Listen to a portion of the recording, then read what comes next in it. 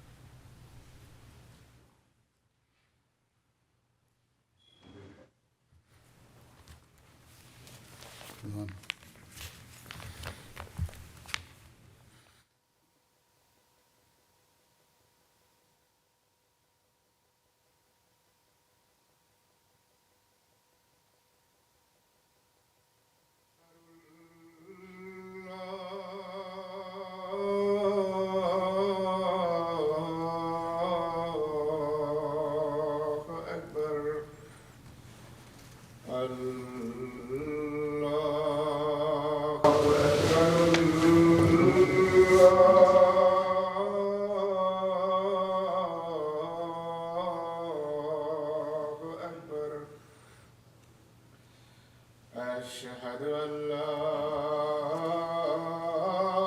إله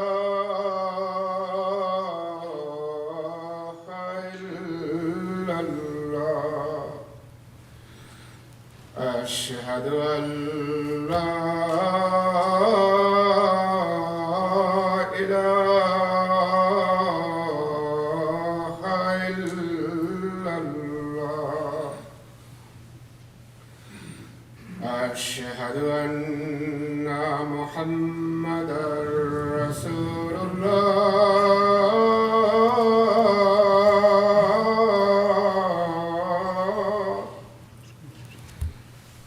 أشهد أن محمدًا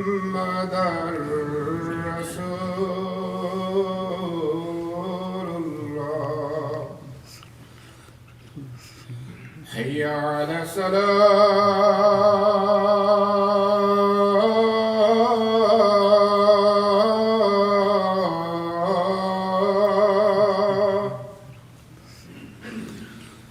حي على الصلاة.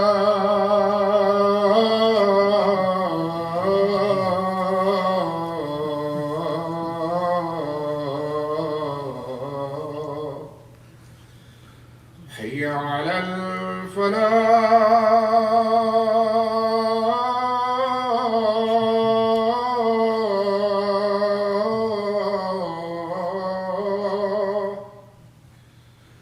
حي على الفلاح.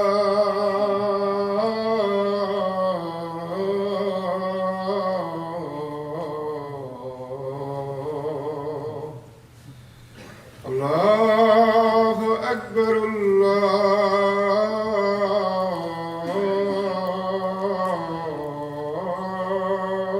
الله أكبر. لا إله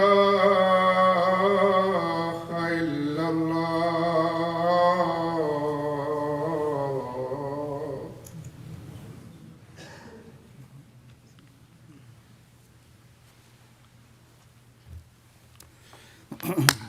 السلام علیکم ورحمۃ اللہ.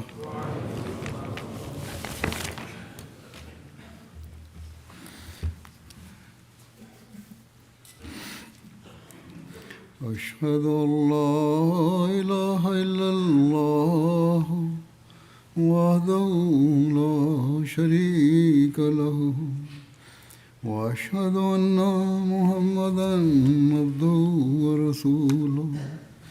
أما بعد فأعوذ بالله من الشيطان الرجيم. بسم الله الرحمن الرحيم. الحمد لله رب العالمين الرحمن الرحيم مالك يوم الدين.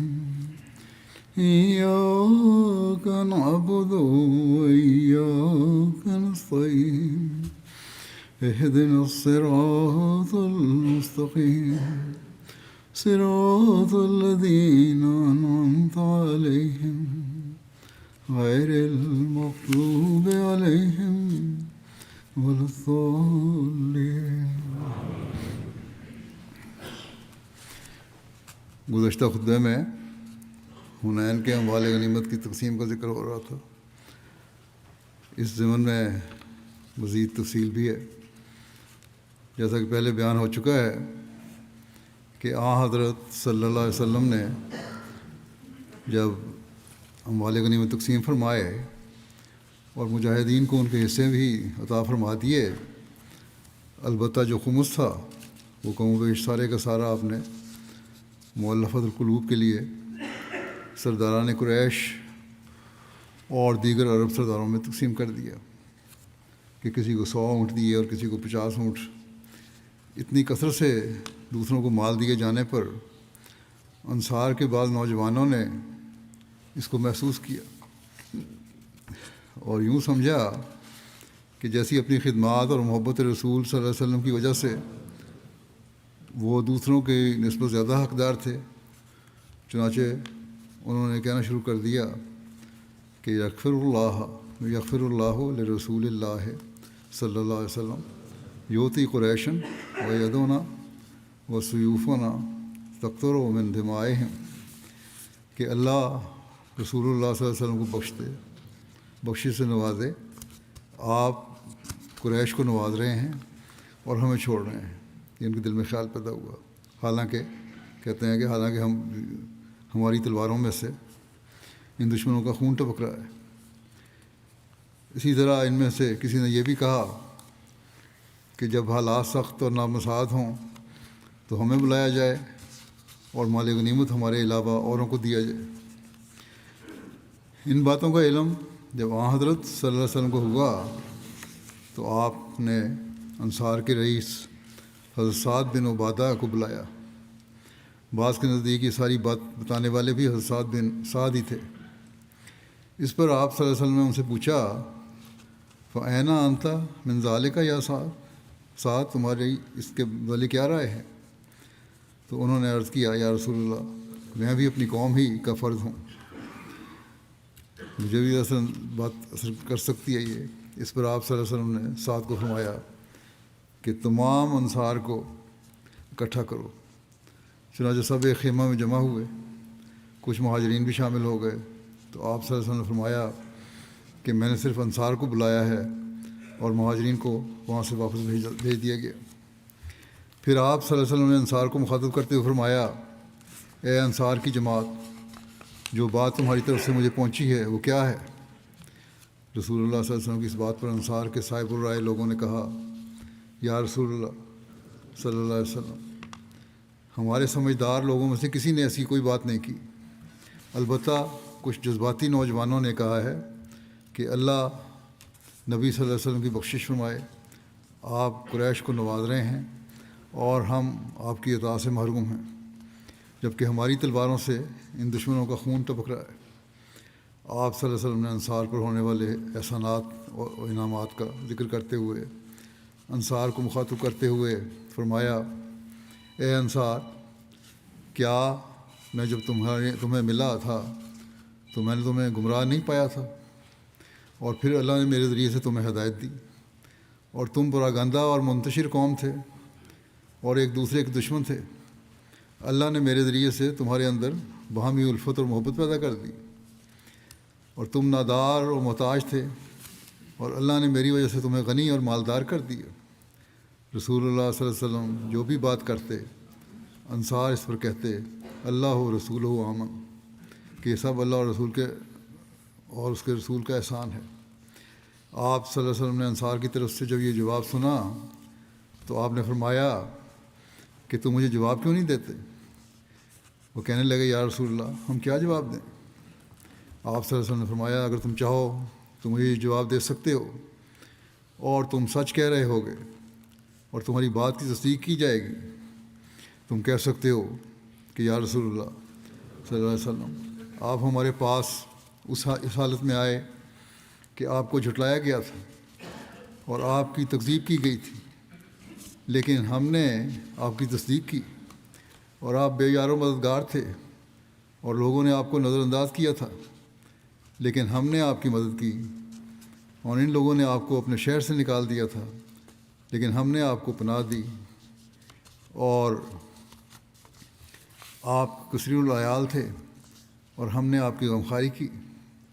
رسول اللہ صلی اللہ علیہ وسلم کی یہ بات سن کر کوئی انصاری بھی نہ بولا، سب کے سب سر جھکائے آپ کی باتیں سن رہے تھے اور شرمندہ تھے۔ آپ صلی اللہ علیہ وسلم نے انصار کو یہ بتایا کہ میں نے کیوں قریش کے ساتھ یہ سلوک کیا ہے۔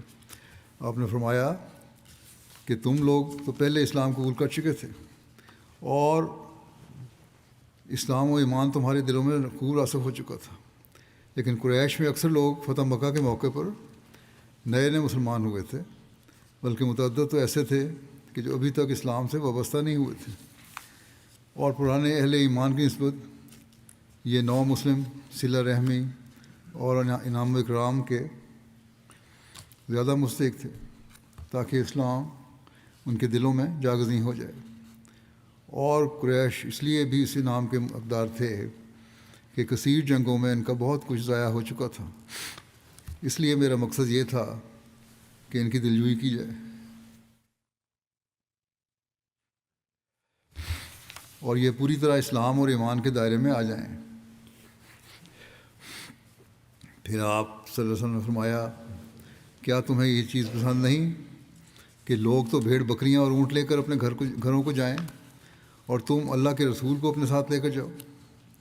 اللہ کی قسم، جس سعادت کو تم لے جا رہے ہو وہ اس سے کہیں بہتر ہے اس سے جو وہ لوگ لے کر جائیں گے۔ آپ صلی اللہ علیہ وسلم نے فرمایا، اگر لوگ کسی وادی یا گھاٹی میں چلیں اور انصار کسی وادی یا گھاٹی میں چلیں تو میں بھی انصار کے ساتھ چلنا پسند کروں گا۔ میں انصار کے گروہ میں شامل ہوں گا، لیکن میرا بیرونی لباس لوگ میرا بیرونی لباس ہیں، جبکہ انصار میرا اندرونی لباس ہے، یعنی کپڑا جو جسم کے ساتھ لگا ہوا ہوتا ہے۔ پھر آپ صلی اللہ علیہ وسلم نے فرمایا کہ اے انصار، میرے بعد تم اپنے اوپر اوروں کو ترجیح پاتے دیکھو گے، لیکن تم صبر کرنا یہاں تک کہ حوض کوثر پر تمہاری مجھ سے ملاقات ہو جائے، یعنی قیامت والے دن ملاقات ہوگی، اب سرداری نہیں تمہیں ملے گی۔ آخر پر رسول اللہ صلی اللہ علیہ وسلم نے انصار کے لیے دعا کرتے ہوئے فرمایا، اے اللہ، انصار پر رحم فرما، انصار کی اولاد پر رحم فرما اور انصار کی آئندہ نسلوں پر بھی رحم فرما۔ راوی کہتے ہیں کہ حضرت صلی اللہ علیہ وسلم یہ خطاب فرما رہے تھے اور انصار روتے جا رہے تھے، یہاں تک کہ ان کی داڑیاں ان کے آنسوں سے تر ہو گئیں، اور وہ یہی کہتے چلے جا رہے تھے کہ رضینہ برسول اللہ قسمًا و حظا، کہ ہم رسول اللہ صلی اللہ علیہ وسلم کی تقسیم اور اپنے حصے پر دل و جان سے راضی ہیں۔ کبھی بے دھیانی میں کی گئی بات بہت دور رسائی رکھتی ہے۔ ہر چاند کے رسول اللہ صلی اللہ علیہ وسلم کی تقسیم پر انصار کے نوجوانوں نے ناپسندی کا اظہار کیا تھا، لیکن سب نے نہیں کیا تھا، لیکن خدا اور خدا کے رسول صلی اللہ علیہ وسلم کو یہ ایسی ناراض کرنے والی بات تھی کہ انصار کو رہتی دنیا تک اس کا خمیازہ بھگتنا پڑا۔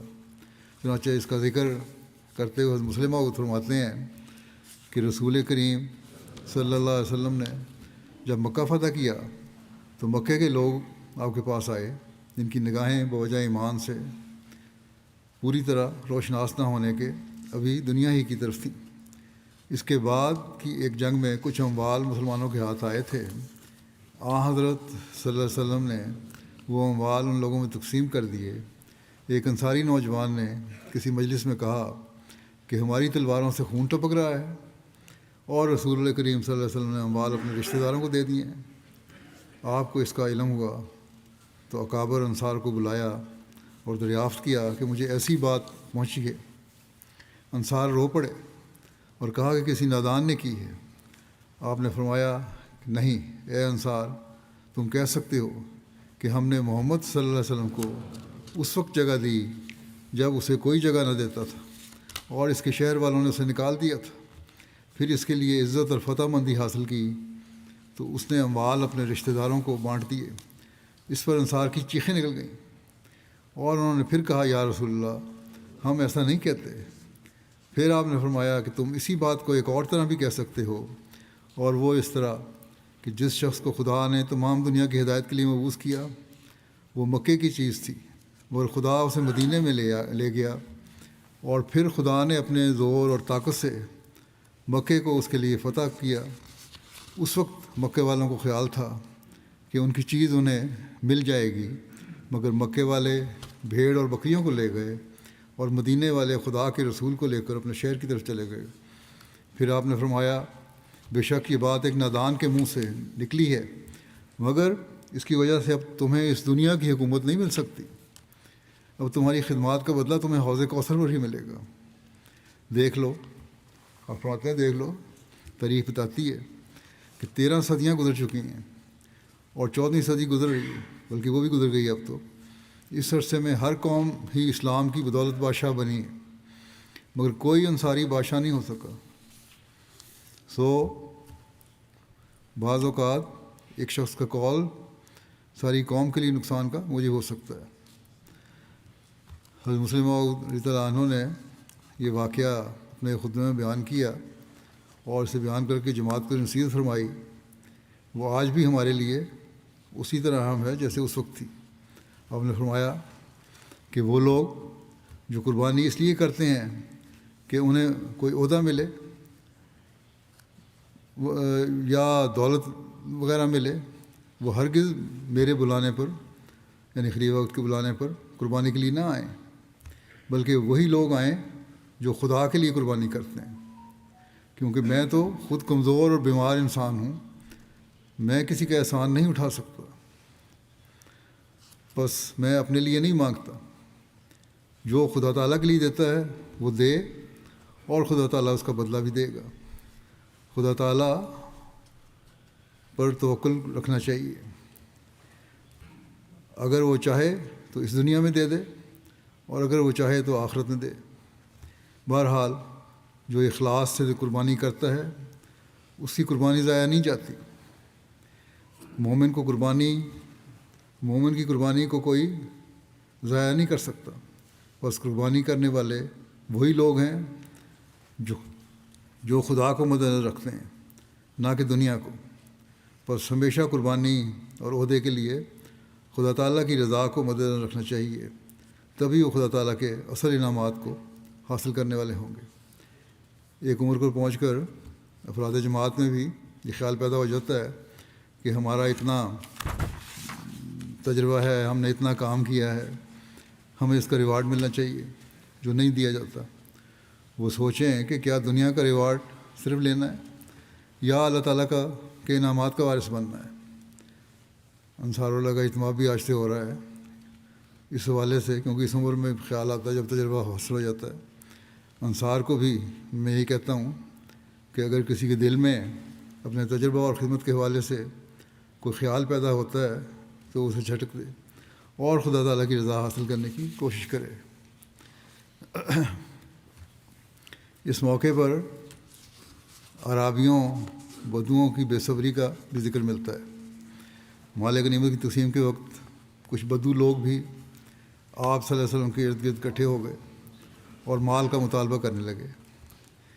ان کے ہجوم کی وجہ سے رسول اللہ صلی اللہ علیہ وسلم کی چادر مبارک بھی ایک خاردار جھاڑی سے اٹک گئی اور کچھ دھکم پیل ہونے لگی، تو آپ نے فرمایا میری چادر تو مجھے واپس دے دو، اور پھر ان کانٹوں بھرے درختوں کی طرف اشارہ کرتے ہوئے فرمایا اگر ان کانٹوں کے برابر بھی میرے پاس اونٹ ہوتے تو وہ بھی میں سب تم میں تقسیم کر دیتا، اور تم مجھے بخیل، جھوٹ بولنے والا اور بزدل نہ پاتے۔ آپ صلی اللہ علیہ وسلم نے بدوؤں کی اس بد تہذیبی پر انہیں کوئی سرزنش نہیں کی، نہ ناراض ہوئے، بلکہ مسکراتے ہوئے آسن رنگ میں ان کی تربیت فرمائی اور انہیں مال سے بھی نوازا۔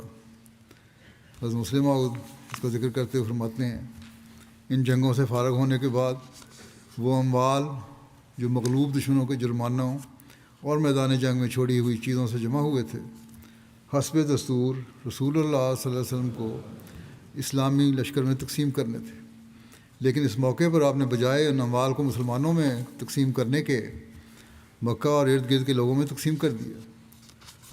ان لوگوں کے اندر بھی ابھی ایمان تو پیدا نہیں ہوا تھا، بہت سے تو ابھی کافر ہی تھے، اور جو مسلمان تھے وہ بھی نئے نئے مسلمان ہوئے تھے۔ یہ ان کے لیے بالکل نئی چیز تھی کہ ایک قوم اپنا مال دوسرے لوگوں میں بانٹ رہی ہے۔ اس مال کی تقسیم سے بجائے ان کے دل میں نیکی اور تقویٰ پیدا ہونے کے حرص اور بھی بڑھ گئی بعض لوگوں میں۔ انہوں نے رسول اللہ صلی اللہ علیہ وسلم کے گرد جمگٹا ڈال لیا اور مزید مطالبات کے ساتھ آپ کو تنگ کرنا شروع کیا، یہاں تک کہ دھکیلتے ہوئے آپ کو ایک درخت تک لے گئے، اور ایک شخص نے تو آپ کی چادر جو آپ کے کندھوں پر رکھی ہوئی تھی پکڑ کر اس طرح مروڑنی شروع کی کہ آپ کا سانس رکنے لگا۔ آپ نے فرمایا، اے لوگو، اگر میرے پاس کچھ اور ہوتا تو میں وہ بھی تمہیں دے دیتا، تم مجھے کبھی بخیل یا بزدل نہیں پاؤ گے۔ پھر آپ اپنی اونٹنی کے پاس گئے اور اس کا ایک بال توڑا اور اسے اونچا کیا اور فرمایا، اے لوگو، مجھے تمہارے مالوں میں سے اس بال کے برابر بھی ضرورت نہیں، سوائے اس 5ویں حصے کے جو عرب کے قانون کے مطابق حکومت کا حصہ ہے، اور وہ 5واں حصہ بھی میں اپنی ذات پر خرچ نہیں کرتا، بلکہ وہ بھی تم ہی لوگوں کے کاموں پر خرچ کیا جاتا ہے۔ اور یاد رکھو کہ خیانت کرنے والا انسان قیامت کے دن خدا کے حضور اس خیانت کی وجہ سے ذلیل ہوگا۔ لوگ کہتے ہیں کہ محمد رسول اللہ صلی اللہ علیہ وسلم بادشاہت کے خواہشمند تھے۔ کیا بادشاہوں اور عوام کا ایسا ہی تعلق ہوا کرتا ہے؟ کیا کسی کی طاقت ہوتی ہے کہ بادشاہ کو اس طرح دھکیلتا ہوا لے جائے اور اس کے گلے میں پٹکا ڈال کر اس کو گھونٹے؟ اللہ کے رسولوں کے سوا یہ نمونہ کون دکھا سکتا ہے؟ مگر باوجود اس طرح تمام اموال غربا میں تقسیم کرنے کے، پھر بھی ایسے سنگ دل لوگ موجود تھے جو رسول اللہ صلی اللہ علیہ وسلم کی تقسیم کو انصاف کی تقسیم نہیں سمجھتے تھے۔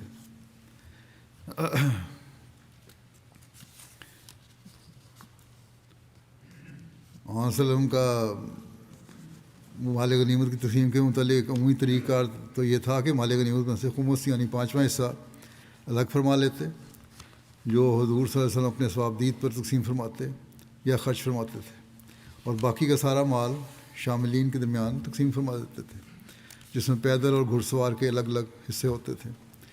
لیکن حنین کے اموال غنیمت کی تقسیم کے متعلق جب کچھ انصار کی طرف سے سوال یا اعتراض کیا گیا کہ ہمیں نبی اکرم صلی اللہ علیہ وسلم نے کچھ نہیں دیا اور دوسروں کو دے دیا، تو سوال پیدا ہوتا ہے، کیا آپ نے جنگ میں شامل ہونے والوں کو مال غنیمت میں سے کچھ بھی نہیں دیا تھا، یا صرف ان کا حصہ دیا تھا اور باقی اموال دوسروں میں تقسیم کیا تھا؟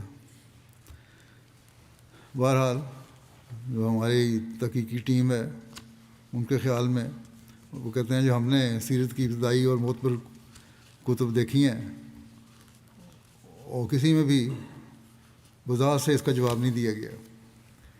البتہ تاریخ و سیرت کی کتب کا مطالعہ کرنے سے یہ معلوم ہوتا ہے کہ حضرت صلی اللہ علیہ وسلم نے تمام شاملین کو ان کا حصہ رسدی دیا تھا، جو ہر ایک کو 4 اونٹ یا 40 بکریوں کی صورت میں دیا گیا، اور گھڑ سواروں کو اس کا حصہ دیا گیا۔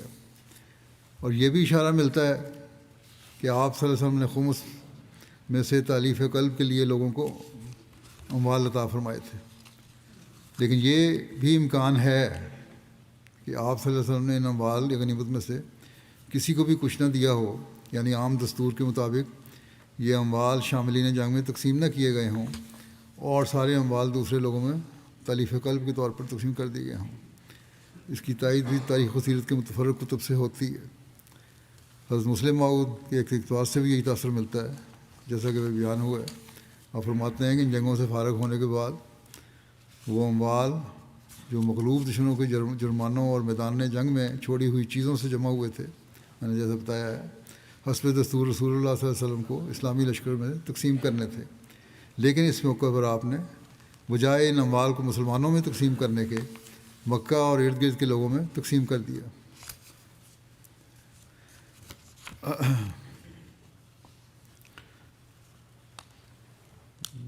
حدیث میں روایت ملتی ہیں کہ مال غنیمت کی تقسیم کے دوران ایک بدو رسول اللہ صلی اللہ علیہ وسلم کی خدمت میں حاضر ہوا اور کہنے لگا، اے محمد صلی اللہ علیہ وسلم، آپ نے مجھ سے جو وعدہ کیا تھا اسے پورا کریں۔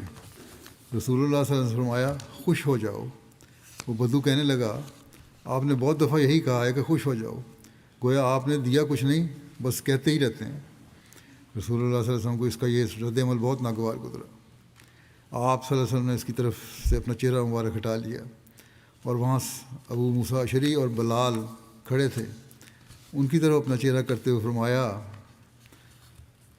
اس نے تو خوشخبری قبول کرنے سے انکار کر دیا ہے، اب تم قبول کر لو۔ دونوں نے سنا تو فوراً بولے یا رسول اللہ ہم نے قبول کر لی۔ اس کے بعد آپ صلی اللہ علیہ وسلم نے پانی کا پیالہ منگوایا اور اس میں اپنا ہاتھ اور منہ دھویا۔ پھر آپ صلی اللہ علیہ وسلم نے وہ بچا ہوا پانی حضرت ابو موسیٰ اور حضرت بلال کو دیتے ہوئے فرمایا تم دونوں اس پانی کو پی لو اور اپنے چہرے اور سینے پر بھی ڈال لو اور خوش ہو جاؤ۔ چنانچہ انہوں نے پیالہ لے کر ایسا ہی کیا۔ یہاں ازواج مطہرات کے اخلاص اور حضرت صلی اللہ علیہ وسلم کی ذات ببرکات سے برکت کے حصول کی تشنیع کا ایک عجیب اور قابل رشک نظارہ بھی نظر آتا ہے کہ لکھا ہے کہ قریب ہی خیمے میں ام المومنین حضرت ام سلمہ بھی تھیں۔ معلوم ہوتا ہے کہ سارا واقعہ حضرت ام سلمہ کے خیمہ کے قریب ہی ہوا تھا۔ انہوں نے پردے کے پیچھے سے انہیں کہا کہ اپنی ماں کے لیے بھی، یعنی جن صحابہ جن دو تھے بلال اور ابو موسیٰ، کہ اپنی ماں کے لیے بھی پانی بچانا۔ چنانچہ انہوں نے حضرت ام سلمہ کے لیے بھی کچھ پانی پیالے میں چھوڑ دیا۔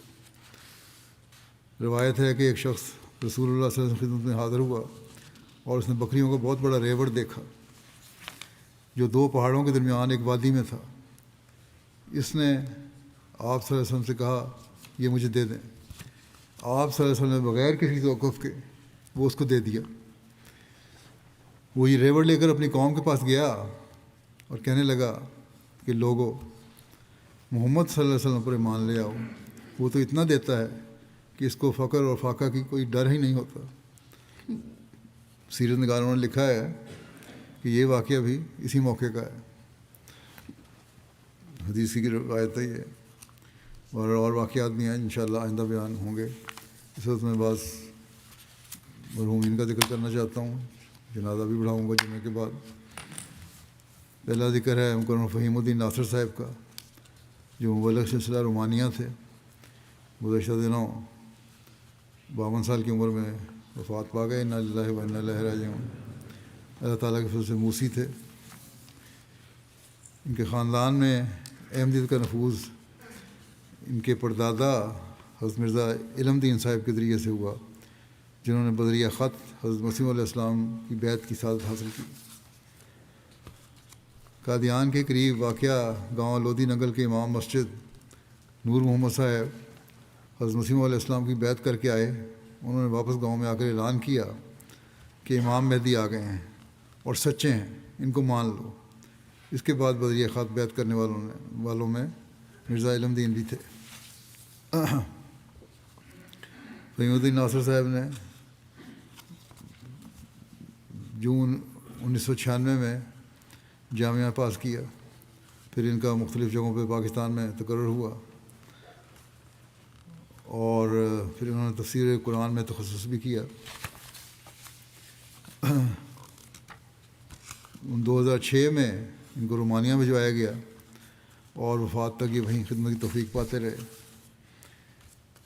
ان کی اہلیہ نصیرہ فہیم لکھتی ہیں کہ ایک مثالی شوہر تھے، میرے جذبات و احساسات کو میرے کچھ کہے بغیر جان لیتے تھے، بڑے خیال رکھنے والے باپ تھے، زندگی کے نمایاں پہلوؤں میں خدا تعالیٰ سے مضبوط تعلق، توکل، عبادت، دعا، صبر، حوصلہ، حکمت، برداشت، خدمت دین کا شوق اور جذبہ، اپنے فرائض کی ادائیگی کا احساس اور مقررہ وقت پر ہر کام کو مکمل کرنا شامل ہے۔ خلافت سے گہرا محبت اور اخلاص کا تعلق تھا۔ ہر ذاتی اور جماعتی کام سے پہلے خلیفہ وقت کی خدمت میں لکھتے تھے اور رہنمائی لیتے تھے، اور افراد جماعت اور اپنے بچوں کی ہمیشہ اپنے عملی نمونے سے تربیت کی۔ سمجھانے کا انداز بہت اچھا تھا۔ بر وقت نمازوں کی ادائیگی، تہجد اور نوافل پڑھنا معمول تھا۔ بیماری کی شدت میں بھی نمازوں کی ادائیگی کی طرف توجہ رہی، اور آخر میں بیماری جب شدت اختیار کر گئی، کینسر ہو گیا تھا، ان کو بولنا بھی مشکل تھا، تو اشارے سے کہا کہ کاپی لاؤ، اور لکھا کہ عبادت اور خدا تعالیٰ کے حضور دعا، ہر مشکل اور پریشانی میں اس کے آستانے پر جھکنا۔ نصیحت فرمائی اپنے بیوی بچوں کو کہ جو بھی ہو جائے تم اللہ کا در نہیں چھوڑنا۔ ہمیشہ تلقین کی کہ بس خدا سے مانگنا ہے، خدا تعالیٰ کے ساتھ ہی زندہ پیدا کرو، اسی سے دوستی کرو، وہ تمہیں کبھی مشکل میں تنہا نہیں چھوڑے گا۔ تبلیغ اور جماعت کا تعارف کروانے کا موقع کبھی ہاتھ سے جانے نہیں دیتے تھے۔ اپنے ساتھ جماعتی تعارف پر لٹریچر اور فلائرز رکھتے تھے، ہسپتال کے ڈاکٹرز کے پاس جاتے تھے، ان کو بھی تبلیغ کرتے تھے، اور اس پر بڑا شکر ادا کرتے تھے کہ میں ڈاکٹروں سے کو بھی تبلیغ کر کے آیا ہوں۔ ہر وقت چہرے پر رہنے والی مسکراہٹ تھی، بہت ملنسار تھے۔ آپ کی طبیعت کی وجہ سے ہر کوئی آپ کا گرویدہ ہو جاتا تھا۔ آپ کی وفات کا سن کے مشن ہاؤس کے پاس رہنے والے رومانین ہمسایوں نے روتے ہوئے اپنے جذبات کا اظہار کیا، بڑا صدمے کا اظہار کیا۔ بیماری کے دوران بھی اپنے فرائض منصبی بدستور انجام دیتے رہے، یہاں تک کہ وفات سے 2 دن پہلے جبکہ صحت نہایت کمزور تھی، سانس لینے میں تنگی اور کھانا پینا بھی مشکل تھا، جماعتی خطوط لکھنے اور کسی ارجنٹ ای میل کا جواب لکھتے رہے اور ارجنٹ ایک میل کا جواب بھی دیا۔ ان کی خواہش یہ تھی کہ رومانیہ میں جماعت مضبوط ہو، اور ملکی حالات کو نظر رکھتے ہوئے مناسب حکمت عملی کے ساتھ اس کے لیے کوشاں بھی رہتے تھے۔ بچوں سے کہتے تھے کہ تمہارا کردار اور طرز عمل ایسا ہونا چاہیے کہ تبلیغ کا ذریعہ بنے۔ رومانین زبان میں قرآن کریم کا ترجمہ مکمل کرنا چاہتے تھے، 1.5 پارے کا ترجمہ مکمل کر چکے تھے، لیکن دوسرے کاموں کی وجہ سے مزید کام نہیں ہو سکا۔ اسی طرح حضرت مسیح علیہ السلام کی کتب کا بھی ترجمہ کر رہے تھے۔ مختلف شعبوں سے تعلق رکھنے والے لوکل رومانین افراد کے ساتھ جب بھی آپ کا ملنا ہوتا، اور وہ یہی کہا کرتے تھے رومانین لوگ کہ ان کی زبان بہت شائستہ اور ادبی ہے، جو عام طور پر یونیورسٹی میں پڑھانے والے پروفیسر بولتے ہیں۔ ہم نے لوگ وہاں کے لوکل کہتے تھے کہ ہم نے کسی غیر رومانین کو اتنی اچھی اور عمدہ زبان بولتے نہیں دیکھا، بہت اچھی زبان تھی ان کی۔ ان کی والدہ صفیہ بیگم کہتی ہیں کہ مرحوم کے نانا اور نانی دونوں حضرت مسیح علیہ السلام کے صحابی تھے۔ مربی صاحب اعلیٰ اخلاق کے مالک تھے، ہر کوئی اس کا ذکر کر رہا ہے۔ حسن سلوک اور صبر اور دینی کاموں کے شوق سے اللہ تعالیٰ نے ان کو نوازا تھا۔ کہتی ہیں بہت فرمانبردار بیٹا تھا۔ ان کے والد نے خواب دیکھا تھا ان کی پیدائش سے پہلے کہ انہوں نے ایک بچہ اٹھایا ہوا ہے، اور اس کو دیکھ رہے ہیں کہ اس کی پیشانی پر چاند اور ستارہ بنا ہوا ہے۔ جب کہتی ہیں مربی بنا تو تب ہمیں سمجھ آئی کہ انشاءاللہ تعالیٰ یہ ضرور چمکے گا ایک دن۔ 2006 میں یہ رومانیہ گئے تھے، رومانیہ کے پہلے مبلغ تھے، اور زبان بھی انہوں نے سیکھی اور بہت عمدہ زبان سیکھی، اور وہاں سے گریجویشن کی ڈگری مکمل کی۔ جماعت کے لیے بڑا کام کیا انہوں نے، جماعت کو رجسٹر کروایا، وہاں مشن ہاؤس قائم کیا، اور اس وقت تک آرام سے نہیں بیٹھتے تھے جب تک روز کا روز کام مکمل نہ کر لیں۔ ان کے بھائی رفیع الدین کہتے ہیں کہ میٹرک کے بعد خود ہی بغیر کسی کے کہے جامعہ میں چلے گئے، اور وقف کو پھر بہت عمدہ رنگ میں نبھایا اور حقیقت میں نبھایا۔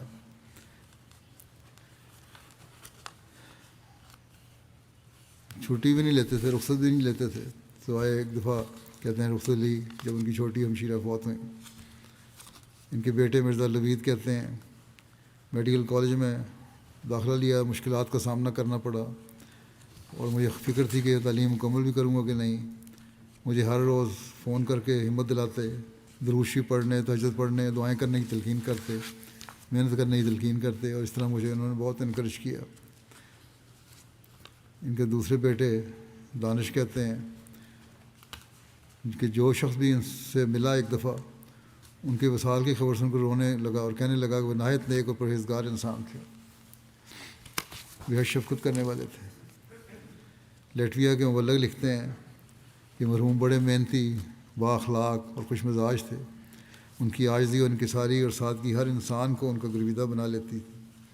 ان کی طبیعت میں ایک خاص گرم جوشی ہوتی تھی، چہرے پر مسکراہٹ رہتی تھی، ان کے ملک رومانیہ میں بعض دوسرے ممالک کے طلباء بغرض تعلیم قیام پذیر تھے.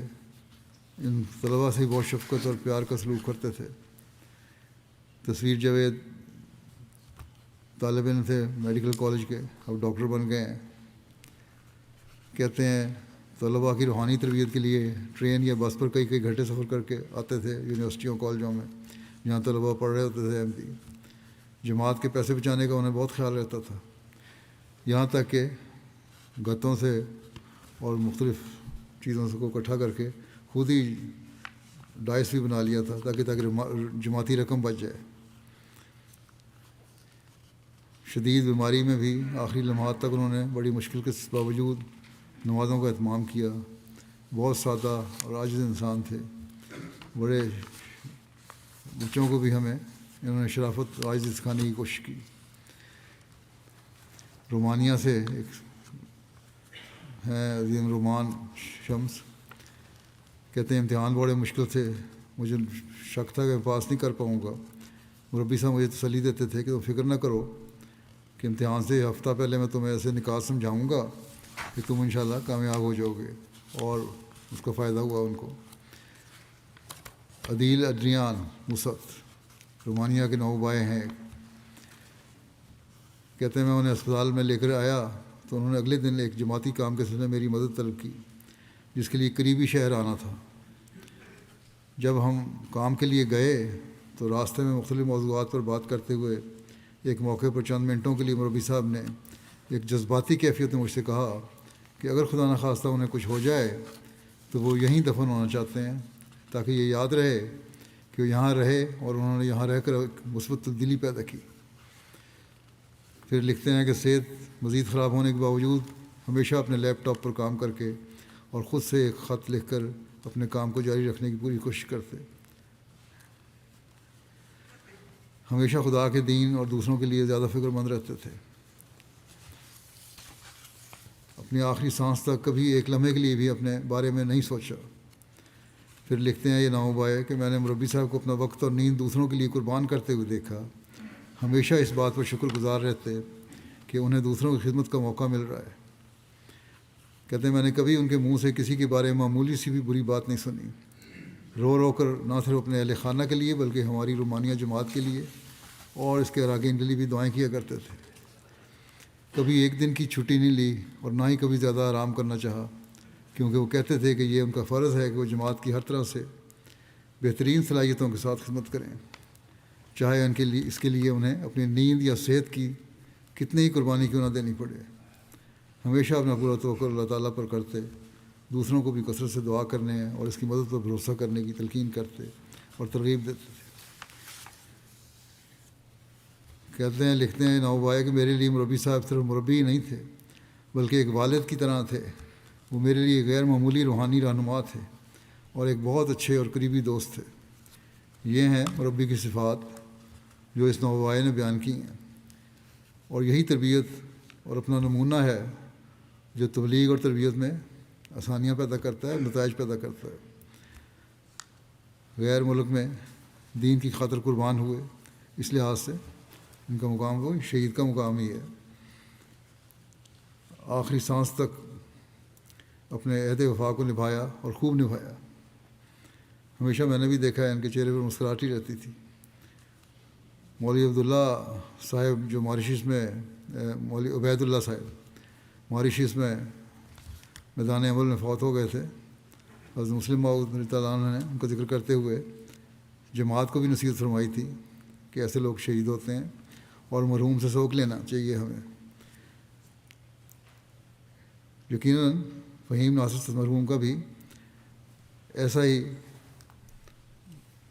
ایک کردار تھا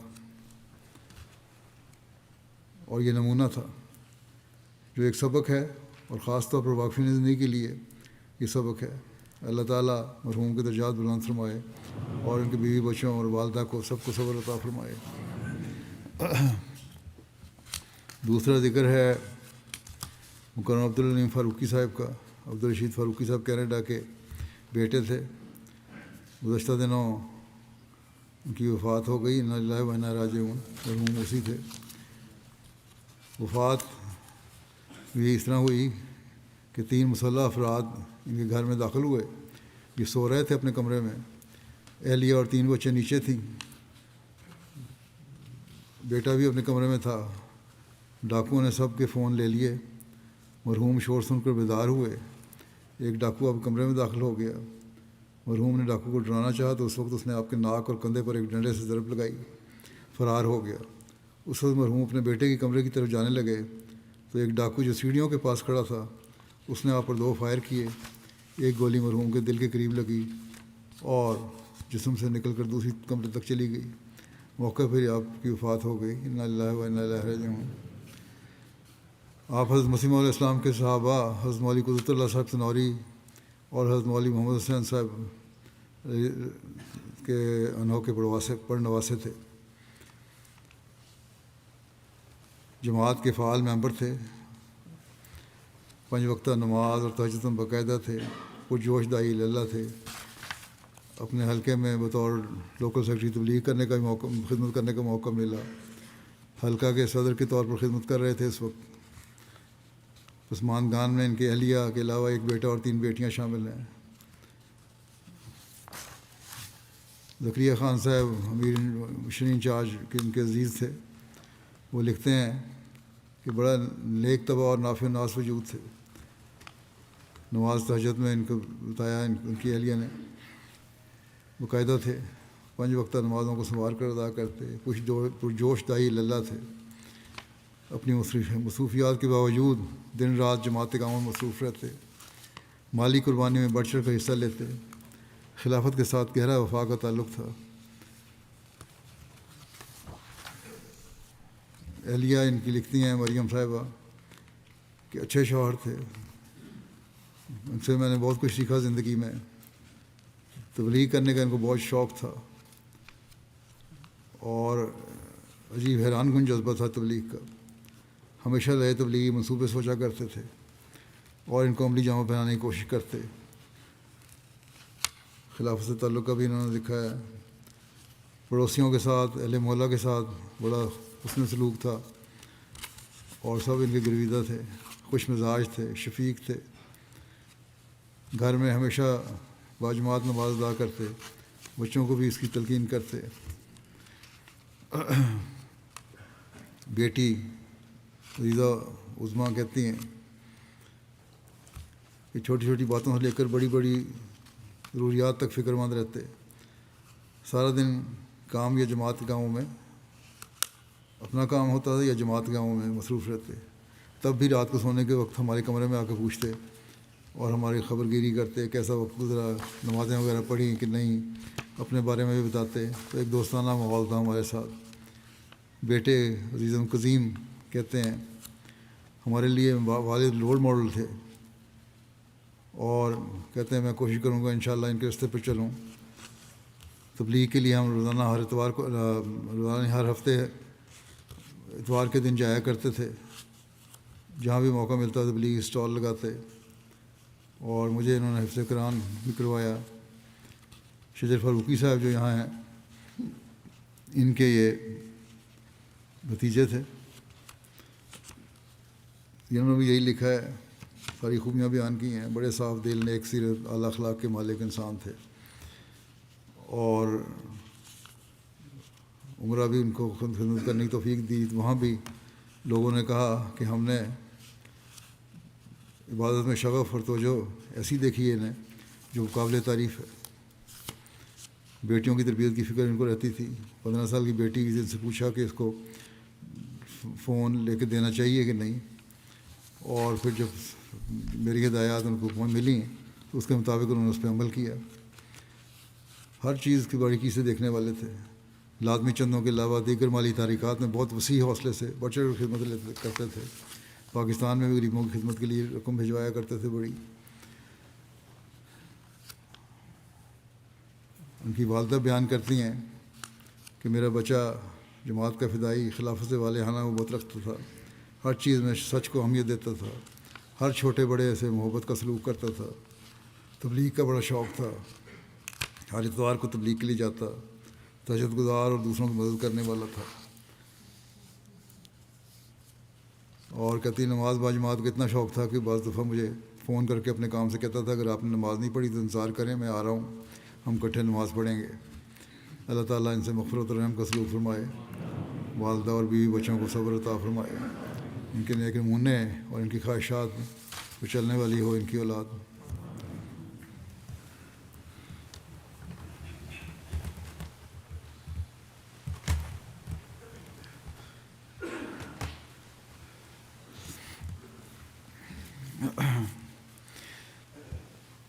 الحمد لله نحمده ونستعينه ونستغفره ونؤمن به ونتوكل عليه ونعوذ بالله من شرور أنفسنا ومن سيئات أعمالنا من يهده الله فلا مضل له ومن يضلل فلا هادي له ونشهد أن لا إله إلا الله ونشهد أن محمدا عبده ورسوله عباد الله رحمكم الله إن الله يأمر بالعدل والإحسان وإيتاء ذي القربى وينهى عن الفحشاء والمنكر والبغي يعظكم لعلكم تذكرون اذكروا الله يذكركم وادعوه يستجب لكم ولذكر الله أكبر